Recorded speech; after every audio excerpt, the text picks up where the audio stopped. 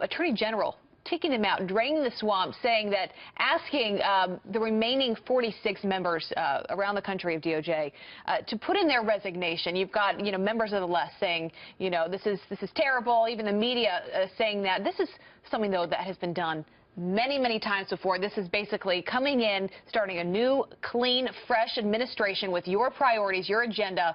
What is your take on this? Well, I was kind of stunned by it, but I have to say I had some inside information. If my voice is kind of muddled today, it's because I was out last night with Sean Hannity and Bo Dietl, and you know how dangerous that can be. Oh, man, it's a combo. But I believe that Sean Hannity has become the second most powerful, influential person in the country when it comes to our political life. He talks to the president every day. Sean on Thursday night went on an absolute rant about the U.S. attorneys and how they and others in the deep state, in the in the permanent government, have been undermining President Trump and leaking information and perhaps not working 100% behind the president's agenda. Sean was very, very firm on that, and I believe the president heeded his call. I do not believe that this is something they've been pondering for a long time.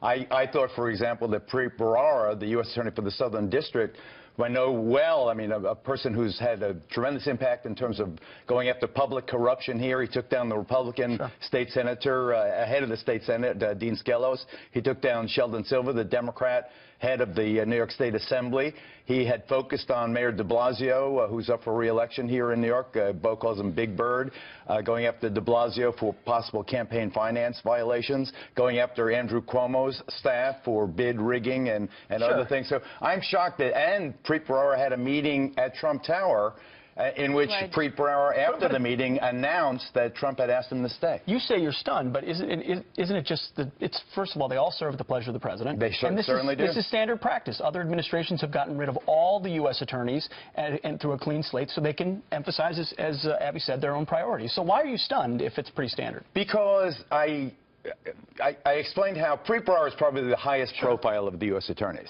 And when he announced that he had met with Trump and that there was an understanding he had met with Attorney General Sessions and that there was an understanding that he would stay on to continue these public corruption cases, that's why my guard was down. But you're absolutely right, Pete. This is not that extraordinary. Clinton did it in '93. George W. Bush was investigated for doing it midterm under somewhat murkier circumstances. But, you have a situation where if you strip it down. Now, what is the president worried about? He's worried about the loyalty of the government and whether they're playing. Dude, I'm totally with you. Yeah. Preet Bharara, having extolled his virtue as a prosecutor, I also have to point out, is a Democrat who was the counsel for Senator Chuck Schumer, the head of the Democrats in the United States Senate. Chuck Schumer became the enemy of Donald Trump. So here's Preet Bharara, who was Chuck Schumer's right-hand man. He's now the U.S. Attorney in the Southern District. So you could certainly see why the president, upon pondering whether to keep Bharara, would say, wait a second. This dude is with the bad guys. Why am I keeping him in my house?